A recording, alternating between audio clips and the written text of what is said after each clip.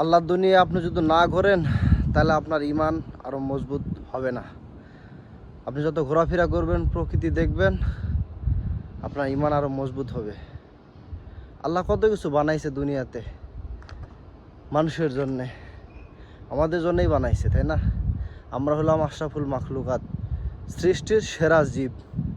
আমাদেরকে কিন্তু বলা হয়েছে আমরা সৃষ্টির সেরা জীব। তারপরেও মনে করেন যে সেরা জীব হওয়ার পরেও আমরা কিছু কিছু মানুষের মনুষ্যত্বকে বিক্রি করে দিই, অমানুষে পরিণত হয়ে যাই। আল্লাহ তাআলা তাদেরকে বলছে বাল হুম আদল। মানে আরবি আয়াতটা আমি ওরকম পারি না, আল্লাহ মাফ করুক। আল্লাহ তাআলা বলছে তারা পশু চেয়ে নিকৃষ্ট। মানুষকে আল্লাহ তাআলা বলছেন যে মানুষ আশরাফুল মাখলুকাত, সৃষ্টির সেরা জীব। লাখ লাখ জীব আছে এই পৃথিবীতে, তার মধ্যে সৃষ্টির সেরা জীব কিন্তু আমরা। অথচ দেখেন মানুষ কিন্তু সবচেয়ে দুর্বল প্রাণী, সবচেয়ে দুর্বল প্রাণী কিন্তু মানুষ দেখেন জন্মের পরে একা চলতে পারে না, একা খাইতে পারে না, অন্যের সাহায্য ছাড়া মুখ দিয়ে কথা পর্যন্ত বলতে পারে না, তাই না? এত দুর্বল করে আল্লাহ তাআলা আমাদেরকে সৃষ্টি করছেন। তারপর আল্লাহ তাআলা আমাদের স্বীকৃতি দিয়েছেন আমরা সৃষ্টির সেরা জীব। আবার সৃষ্টির নিকৃষ্ট প্রাণী, জানোয়ার চেয়ে নিকৃষ্ট। এরকম আছে ভাই আপনার সমাজে আশেপাশে, দেখেন না কত ভালো মানুষও আছে, খারাপ মানুষও আছে। মানুষ হয় মানুষের জান নিয়ে নিতেছে, সে কিন্তু মানুষের কাতারে পড়ে না, সে কিন্তু ওই যে জন্তু, চতুষ্পদ জন্তুর চেয়েও নিকৃষ্ট আল্লাহ তাআলা বলছে, ওই কাতারে তারা কিন্তু পড়ছে, যারা মানুষ হয়ে মানুষের ক্ষতি করে, মানুষের জান নিতে দ্বিধাবোধ করে না। এই জন্য ভাই ইমানটাকে ঠিক রাখা লাগবে।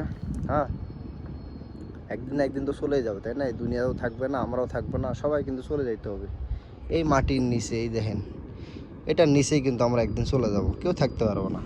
এটার সাথে কিন্তু মিশে যাব, এই মাটির সাথে আমরা একদিন মিশে যাব, কেউ থাকবো না।